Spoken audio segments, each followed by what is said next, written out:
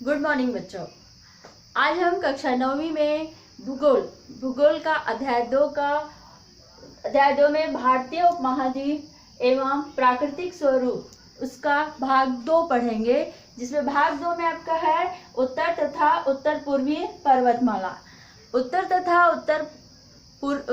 पूर्वी पर्वतमाला के बारे में अध्ययन करेंगे, जिसमें देखोगे भारत, आपको पता है कि भारत के उत्तर में हिमालय पर्वत है और उत्तर पूर्वी क्षेत्र के जितने भी राज्य आते हैं वहाँ के लोगों का जनजीवन और वहाँ की जलवायु किस प्रकार से है, उसी के बारे में आज हम विस्तृत अध्ययन करेंगे। तो सबसे पहले देखते हैं हम हिमालय पर्वत की उत्पत्ति कैसे हुई। ठीक है, हिमालय पर्वत जो कि भारत का मुकुट कहलाता है ना। तो भारत का मुकुट कहलाने के अलावा इसकी बहुत सारी विशेषताएं भी है। तो इसमें हिमालय पर्वत की उत्पत्ति किस प्रकार से हुई। बच्चों, आप लोग को पता होगा कि हिमालय पर्वत, जिसको हम नवीन वलित पर्वत कहते हैं, इसे नवीन वलित पर्वत क्यों कहते हैं? इसलिए कहा जाता है क्योंकि इससे भी प्राचीन पर्वत है अरावली, है ना। और ये जो हिमालय का ये हिमालय, यहाँ पर हिमालय है जो कि ये वाला भाग जो धनुषा आकार में बना हुआ है, ये भाग हिमालय का कहलाता है। और ये भाग में देखोगे जितना इसकी उत्पत्ति किस प्रकार से हुई है ना। तो जहाँ पर हिमालय की जो उत्पत्ति हुई है, आज जहाँ पर हिमालय पर्वत है, वहाँ पर कई वर्षों पहले टैथिस नाम का एक महासागर था। टैथिस नाम का महासागरों में तो कई सारी नदियां आकर गिरती हैं और उनका जो अवसाद होता है उन महासागरों में होता है ना। तो अवसाद जमा हुआ था टैथिस सागर में। यहाँ पर देखोगे इसका जो निर्माण है हिमालय पर्वतमाला का, अंतर्जनित बल और बहिर्जनित बल के कारण हुआ। अब आप ये बोलोगे अंतर्जनित बल किसे कहते हैं और बहिर्जनित बल किसे कहते हैं, तो मैं बताती हूँ। अंतर्जनित बल और बहिर्जनित बल आप देखे होंगे, जिसे हम भूकंप या ज्वालामुखी कहते हैं, जो पृथ्वी की आंतरिक हलचलों के कारण देखोगे, जो अंदर में पृथ्वी के अंदरी भाग में जो भी चीज होती हैं वो आपस में टकराती हैं और टकराने के कारण क्या होता है, जो या तो भूकंप आता है या फिर ज्वालामुखी आता है। और इसी के साथ देखोगे टैथिस नाम का जो महासागर था, उस समय अंतर्जनित बल और बहिर्जनित बल के कारण से जो बड़े बड़े चट्टान थे, गोंडवाना आइलैंड और आइलैंड नाम के 2 बड़े भूखंड चट्टान थे, वो आपस में टकरा गए और टकराने के कारण से ये जो टैथिस नाम का जो महासागर था उसका वलय ऊपर उठ गया और ऊपर उठने के कारण से ये हिमालय पर्वत का निर्माण हुआ और इसीलिए इसको नवीन वलित पर्वत कहा जाता है। ठीक है, और आज भी यहाँ पर देखोगे, आज भी यह हिमालय पर्वत की ऊंचाई बढ़ती जाती है, लगभग बढ़ ही रही है, अभी भी बढ़ती है, थोड़ा थोड़ा बढ़ती जाती है। इसके कारण से देखोगे विश्व का सबसे ऊंची पर्वतमाला या इसको ऊंची पर्वत श्रेणी या ऊंची चोटी जिसको कहते हैं हम माउंट एवरेस्ट या कंचनजंगा के नाम से जानते हैं हम, तो ये हिमालय पर्वत में है। ठीक है, अब देखते हैं दूसरा, बर्फ की नदियां या फिर हम उसको कहते हैं हिमनद। हिमनद किसे कहते हैं? एक तो है कि हिमालय पर्वत, हिमालय इसलिए कहा जाता है क्योंकि ये हिम धन आलय, हिम मतलब बर्फ, आलय मतलब घर। हिमालय बर्फों से बना हुआ होता है क्योंकि इसकी ऊंचाई इतनी अधिक है, जिसके कारण से ये आपको मालूम होगा, इसके पहले वाली कक्षा में पढ़े होंगे आप, कि हम जैसे जैसे ऊंचाई की ओर जाते हैं वैसे वैसे तापमान कम होते जाता है। और इसीलिए यहाँ पर देखोगे कि हिमालय पर्वत की ऊंचाई बहुत अधिक होने के कारण से यहाँ ये हिमालय पर्वत बर्फों से ढका हुआ है।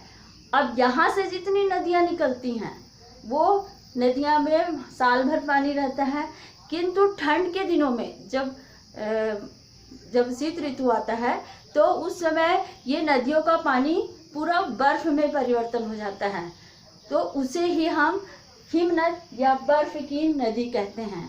ठीक है, अब देखते हैं ये कश्मीर घाटी, इसी से लगा हुआ ये देखोगे, ये जो बना हुआ है ये कश्मीर घाटी है।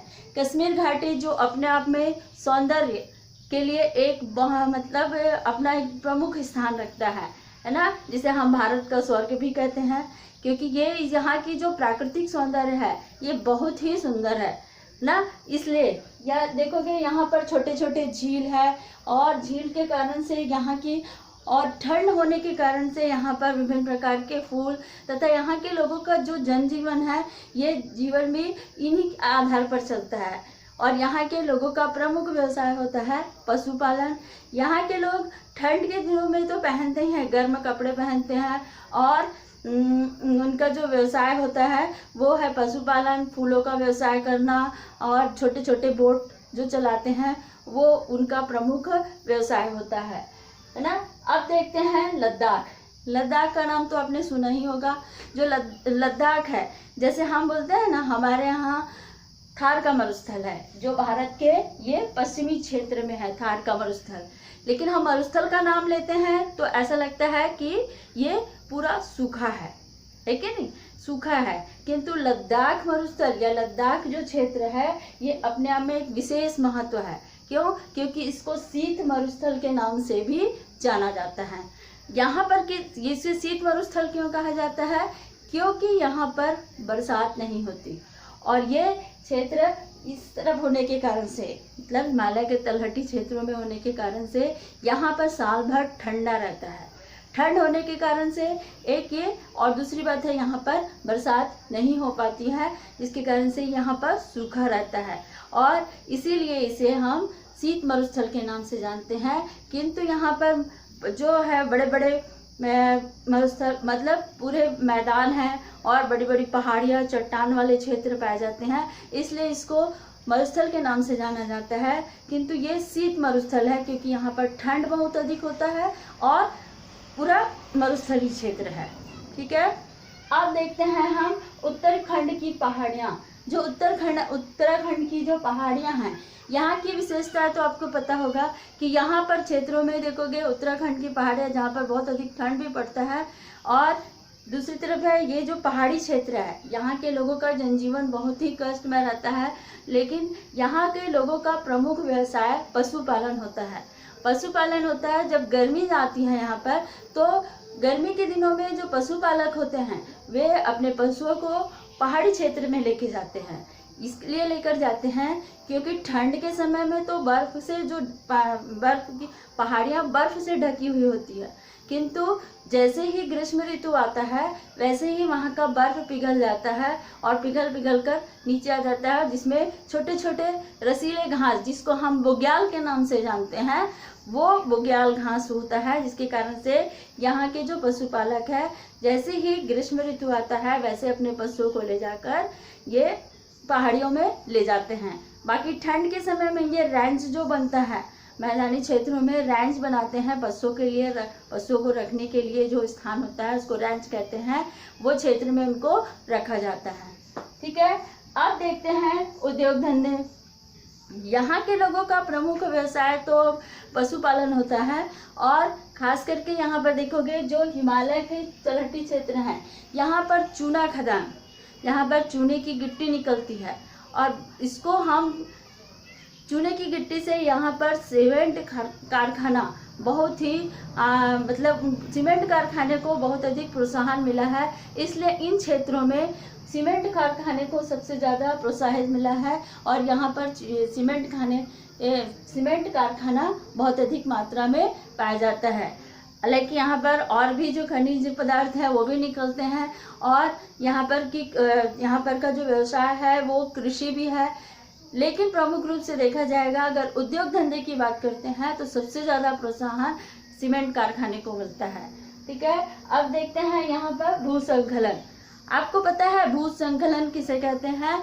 भूस्खलन वो होता है जो कि जैसे भूकंप आता है, भूकंप में धरती के अंदर जो आंतरिक हलचलें होती है ना वो होता है, लेकिन भूस्खलन ये हिमालय के तलहटी क्षेत्रों में होता है। क्यों होता है?